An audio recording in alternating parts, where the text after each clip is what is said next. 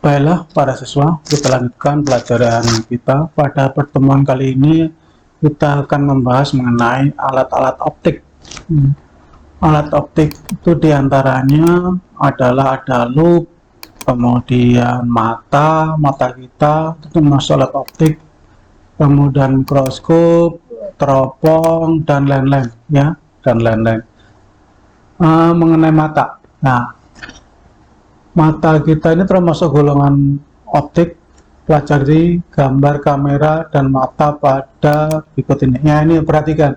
Jadi cara kerja mata kita itu sama dengan potret zaman dahulu sebelum ada HP. Itu kalau mengabadikan, merekam peristiwa menggunakan alat potret seperti ini. Ya. Alat potret seperti ini terdiri dari satu lensa. Lensanya itu berupa lensa cembung. Terus kemudian ini yang paling utama filmnya. Nah, maka zaman dulu kalau habis motret itu harus cuci film baru dicetak, ya, cetak film. Nah ini cara kerjanya, ini ada orang, bendanya, kemudian oleh lensa cembung ini gambar akan dibikin gambar positif, ya, yang ditangkap oleh film. Jadi tugasnya film adalah menangkap gambar positif dari benda. Sifat bayangannya apa? Sifat bayangannya adalah nyata atau positif atau real, terbalik dan diperkecil. Berarti ini orangnya harus ada di ruang 3, maka bayangannya ada di ruang 2. Sifatnya nyata, terbalik, dikecil. Jadi kalau ini kepalanya di atas, maka ini kepalanya di bawah, ya, bayangan nyata terbalik.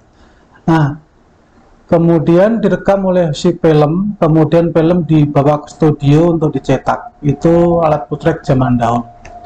Terus kemudian cara kerja mata kita sama dengan film ini, potret ini, yaitu alat untuk merekam gambar kita namanya retina. Di sini ada layar. Layar ini gunanya untuk menangkap gambar atau bayangan dari benda yang kita lihat atau objek.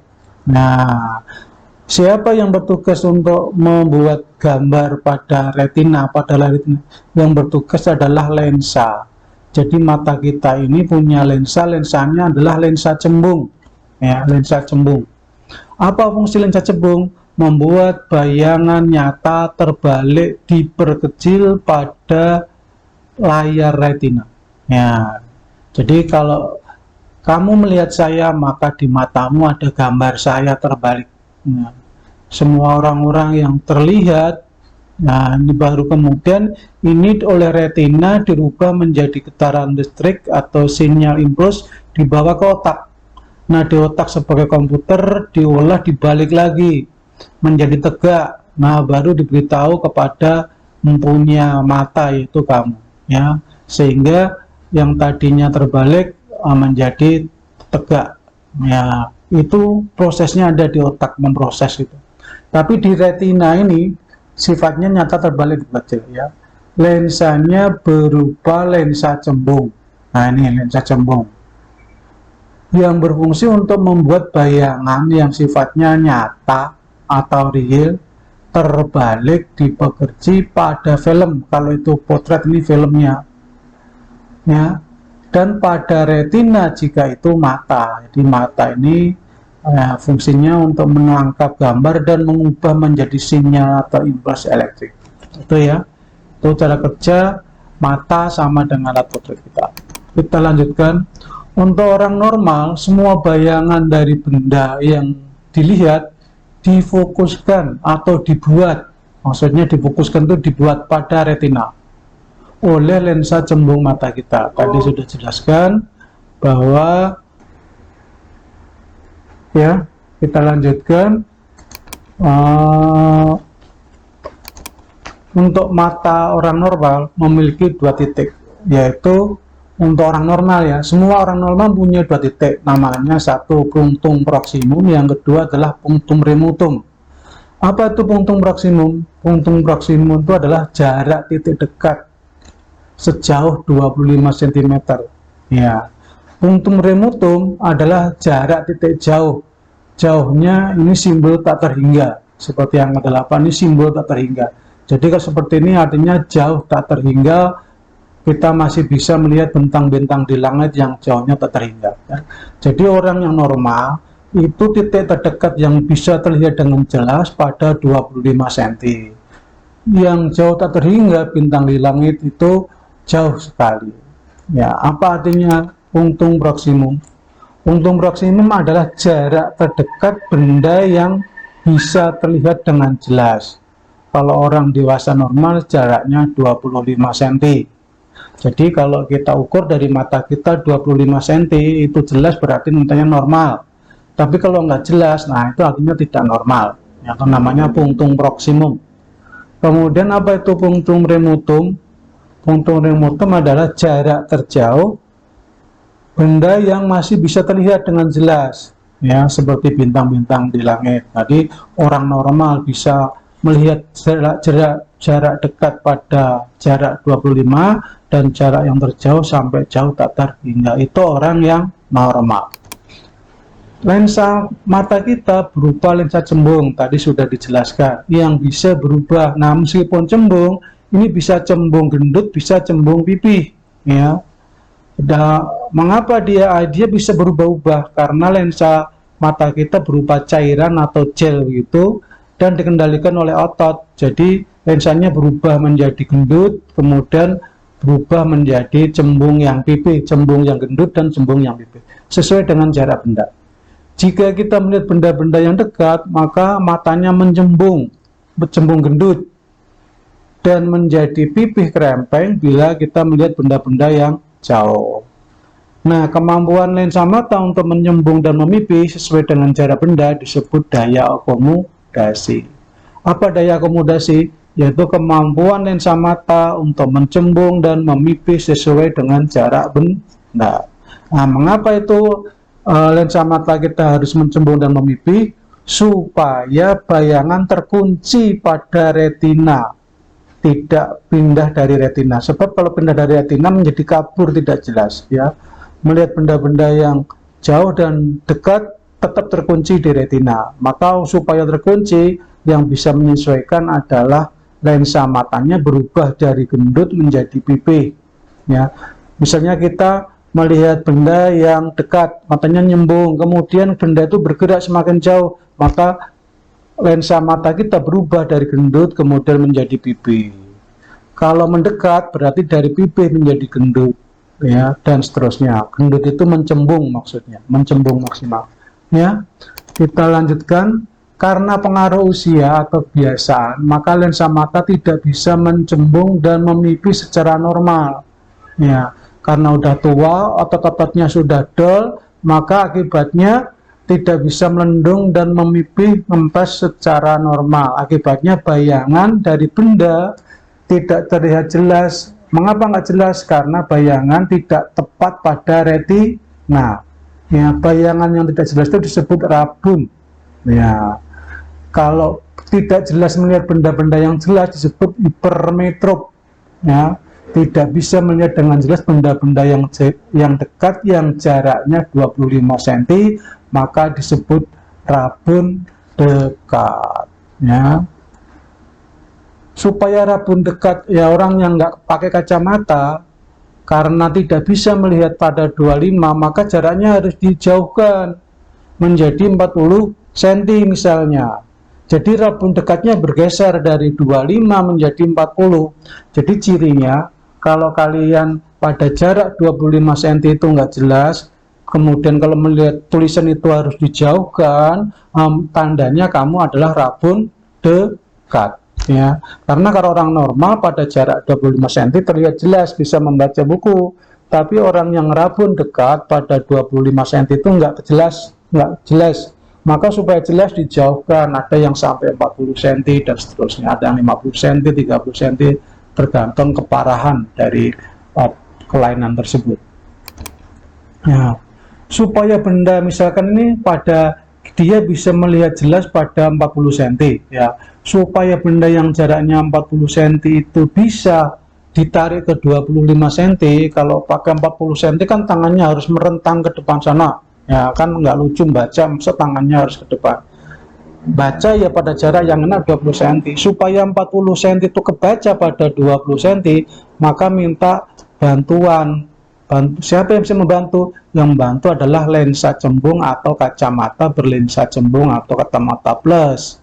Maka ada sebutan kamu plus berapa? Plus 1, plus 2, plus 3. Nah, 1, 2, 3 adalah kekuatan lensa. Ya, kekuatan lensanya. Namanya 1, 2, dan 3. Ya.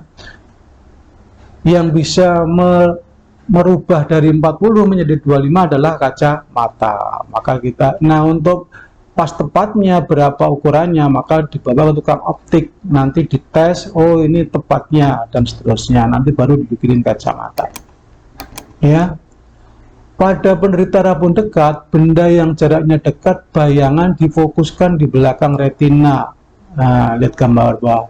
Agar bisa melihat jelas, maka bayangan di belakang retina harus ditarik ke depan, ke pas retina. Alat yang bisa narik adalah kacamata atau lensa cembung positif. Nah, ini seperti ini, perhatikan. Ini orang yang menderita rabun dekat atau hipermetrop. Dia melihat pada jarak 25 cm, maka bayangannya difokuskan bukan pada di retina. Kalau di retina kan di sini, dia difokuskan di belakang. Karena nggak tepat retina, maka menjadi buram, tidak jelas. Nah, ini pada jarak normal 25 cm dia nggak bisa jelas. Mengapa? Karena bayangannya bukan di retina tapi di belakangnya. Maka harus dikoreksi, dia harus tarik ke depan tepat pada retina. Siapa yang bisa menarik di depan retina? Yang bisa menarik adalah lensa cembung. Lensa cembung ini tugasnya adalah menarik supaya bayangannya di belakang tepat pada retina. Ya, ini penjelasannya. Apa fungsi dari kacamata atau lensa cembung? Fungsinya adalah meletakkan bayangan agar tepat pada retina. Ya, pada retina. Kita lanjutkan. Yang tadi rabun jauh, rabun dekat, sekarang rabun jauh. Miop. Bagaimana dengan rabun jauh? Miop. Rabun jauh namanya miop. Apa itu rabun jauh miop? Rabun jauh adalah benda-benda yang jauh lebih dari 2 meter. Misalkan tulisan di papan tulis tidak terlihat jelas atau buram. Hal ini bayangan benda difokuskan di depan retina. Nah, ini mengapa buram? Karena bayangannya difokuskan di depan retina, bukan di retinanya. Mengapa demikian? Karena ya, lensa mata tidak bisa memipih normal atau bola matanya terlalu besar. Ya, jadi karena sudah tua atau kelainan, lensanya harusnya memipih sempurna, ini enggak sempurna memipihnya. Ya, karena udah dol otot-ototnya, atau bola matanya terlalu besar sehingga bayangan ada di depan retina. Ya, untuk bisa melihat normal, bayangan harus ditarik ke belakang tepat di retina dengan bantuan kacamata berlensa cekung atau lensa negatif. Lihat gambarnya. Nah, ini perhatikan. Nah, ini adalah orang penderita rabun jauh. Ya, cahaya datang dari jauh, misalkan ini tulisan dari papan tulis masuk lensa, difokuskan di depan retina. Ini retinanya di sini, dia difokuskan di sini.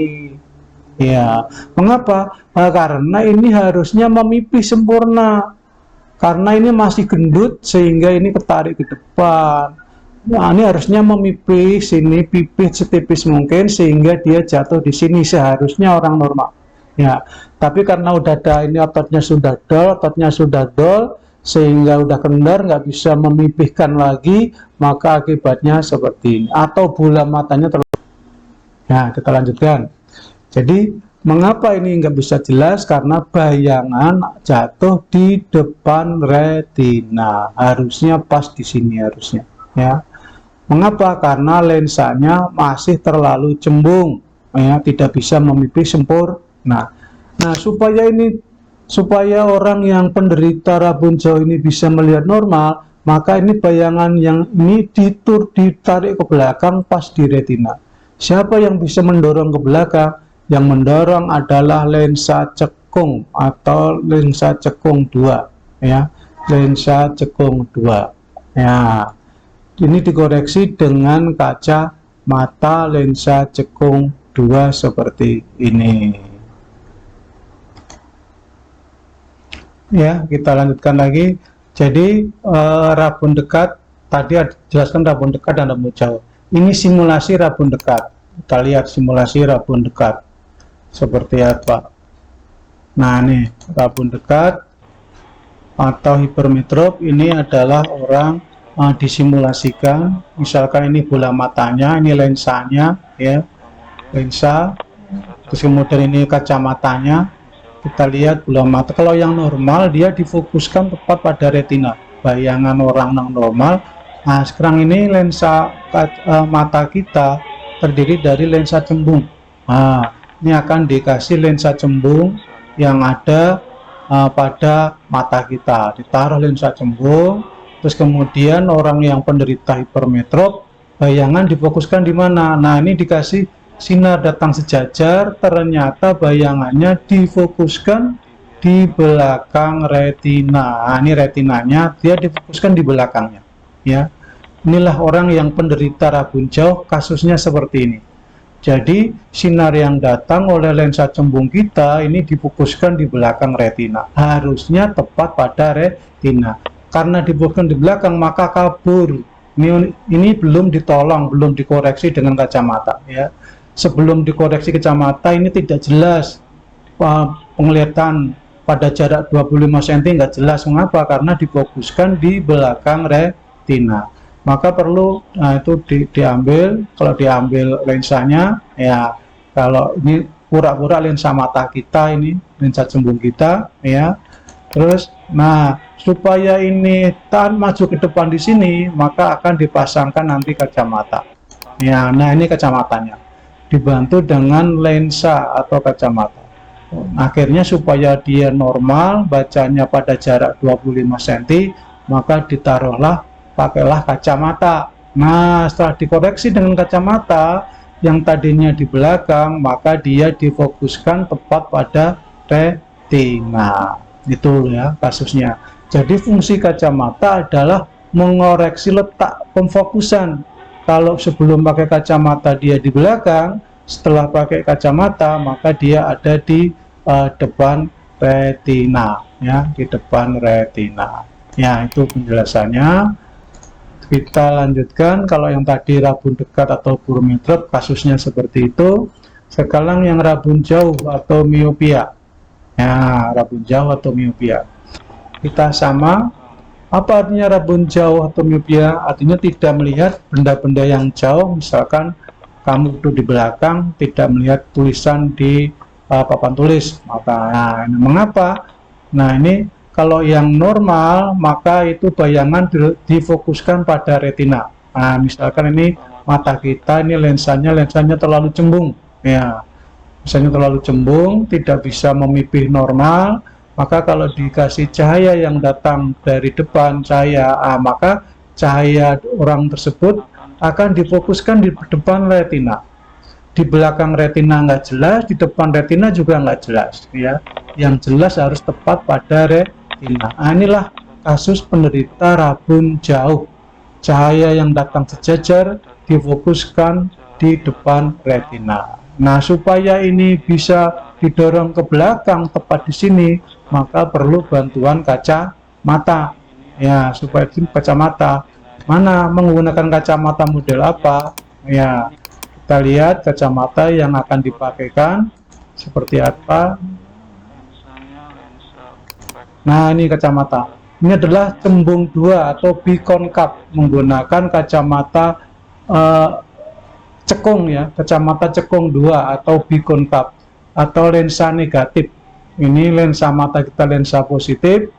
Ini terlalu cembung sehingga difokuskan di depan, maka akan dikoreksi supaya jatuh pada retina menggunakan ini lensa atau kacamata. Nah, itu diatur.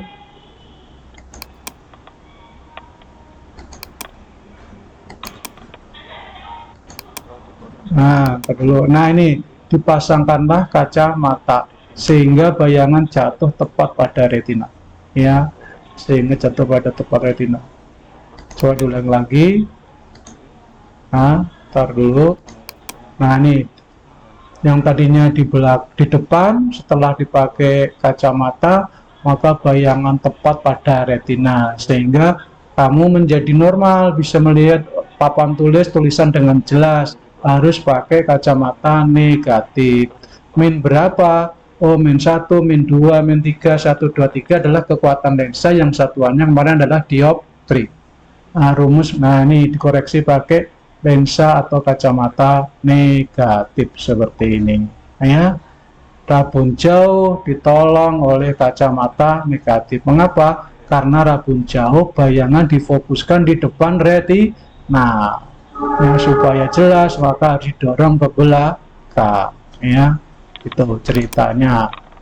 Kita tutup. Kita lanjutkan. Contoh soal, sekarang soal.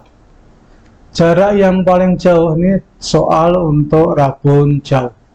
Jarak yang paling jauh dapat dilihat seseorang penderita rabun jauh. Tadi yang rabun dekat ada soalnya enggak? Oh, enggak ada. Nah, nanti ada soalnya untuk rabun. Nah, ini ya. Nanti soal. Jarak yang paling jauh dapat dilihat seseorang menderita rabun jauh dengan jelas hanya 80 cm. 80 cm itu 1 meter itu yang paling jauh. 1 meter sudah nggak kelihatan. Nah, apalagi 2 meter. Udah nggak, ya wajahnya orang, kalau kamu lihat wajah orang udah kempel jadi satu kayak hantu, tuh wajahnya nggak jelas. Berapakah kekuatan lensa kacamata yang harus digunakan agar dapat melihat benda yang jauh tak terhingga seperti bintang-bintang di langit seperti orang normal? Nah, ini contoh soalnya. Diketahui agar dapat melihat benda yang jauh tak terhingga berarti jarak bendanya SO-nya itu simbol jauh tak terhingga harus sama dengan tak terhingga. Jadi supaya bisa melihat orang normal, maka SO-nya jauh tak terhingga. Artinya jauh tak terhingga miliaran kilometer jauhnya. Nah, agar benda yang jauh itu terlihat jelas oleh penderita rabun jauh, maka benda yang jauh itu harus dibawa ke 80. Mengapa harus dibawa ke 80? Karena dia bisa melihat dengan jelas pada jarak terakhir itu 80. Terakhir itu 80. Atau benda itu seolah-olah ditarik ke 80, yang bisa menggeser bayangan yang jauh bintang di langit ke 80 cm adalah kacamata cekung atau negatif, sehingga jarak 80 cm itu dianggap jarak bayangan atau SI. Yang 80 cm itu SI, yang jauh tak terhingga itu SO. Karena letaknya sepihak dengan benda, maka diberi harga negatif SI-nya. Ya, karena benda dan bayangan ada satu pihak, maka SI-nya negatif. SI-nya min 80 cm. Ya. Yang ditanyakan kekuatan lensa, berarti harus mencari jarak fokus dulu. Nah, ditanyakan kekuatan lensa, P-nya berapa? Untuk itu harus dicari jarak fokusnya terlebih dahulu. Karena rumus kekuatan lensa P sama dengan 1/F. Berapa F-nya? Kita cari F-nya. Mari kita cari F-nya. Ya.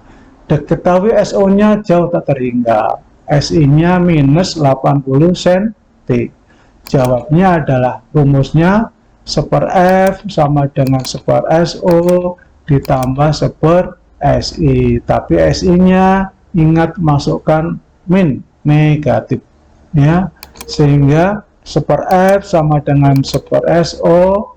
Setelah dimasukkan negatif, maka ini berubah. Oh, ini plus dulu. Plus min, ya boleh plus min. Ya, nanti diulang lagi di sini. Jadi ini 1/F sama dengan 1 tak terhingga ditambah F-nya, SI-nya adalah min 80. Sehingga 1/F sama dengan 1 tak terhingga min 1/80. Jadi ditambah min artinya min. Ya, plus ditambah min artinya di sini min. Ya. Terus 1/f sama dengan, nah 1 dibagi tak terhingga itu berapa? 1 dibagi 1 miliar kilometer, 0 adalah 0. Karena 0,00 dianggap aja 0. Dikurangi 1/80 cm. Ingat, 1 dibagi tak terhingga hasilnya 0. Ya. 0 dikurangi 1/80 hasilnya adalah min 1/80 cm.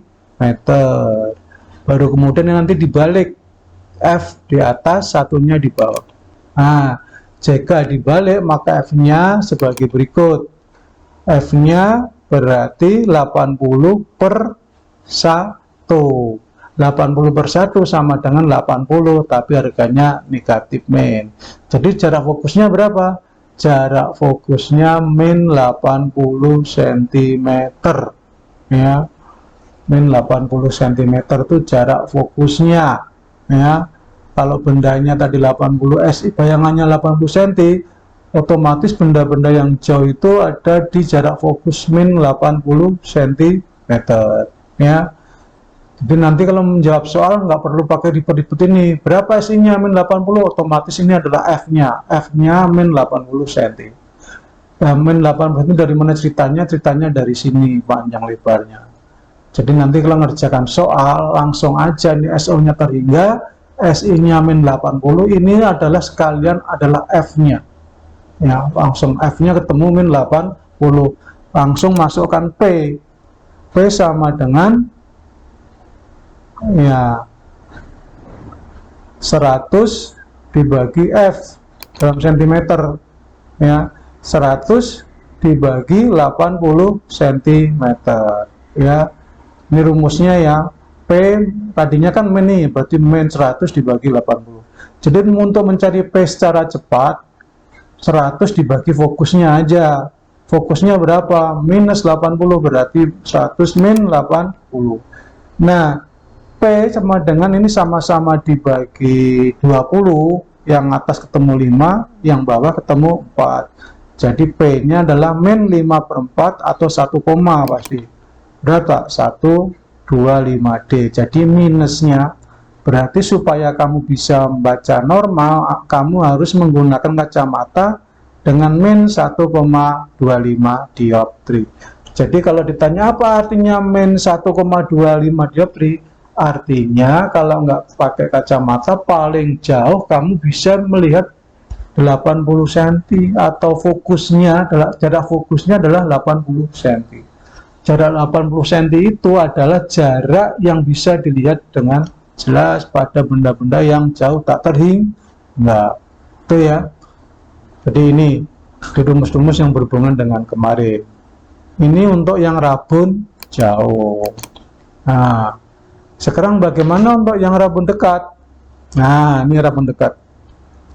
Seseorang rabun dekat melilit titik dekat 50 cm. Orang normal berapa? Orang normal itu jaraknya 25 cm. Orang yang normal bisa membaca dengan jelas pada jarak 25 cm. Jadi sudah dikaruniai oleh Allah Subhanahu wa Ta'ala, Tuhan Yang Maha Esa, bahwa orang yang normal itu bisa membaca pada 25 cm. Ya. Tapi ini pada 25 kasus ini, 20 cm dia tidak bisa melihat dengan jelas. Bisa melihatnya kalau dijauhkan 25 cm menjadi 50 cm. Ya. Jadi untuk bisa melihat dia tangannya harus, bendanya, kertasnya harus dijauhkan 80 cm. Ya. Nah, supaya bisa membaca normal, maka berapakah kekuatan lensa yang digunakan? Ya, diketahui orang normal titik dekatnya 25. Loh, itu jika ingin melihat seperti orang normal, benda di mana saja harus dibawa ke 25 cm. Maka 25 cm ini dianggap SO. Ya, dianggap SO. SO-nya 25 cm. Terus kemudian SI-nya, adapun benda yang berada, SI-nya adalah min 50 cm. Mengapa? Karena benda dan bayangan ada satu pihak, maka SI-nya dianggap negatif. Ya, berbeda depan lensa kacamata ya. Terus ditanyakan kekuatan lensa P, sama mencari F dulu, sehingga rumusnya P sama dengan 1 per F sama dengan 1 per SO ditambah 1 per SI.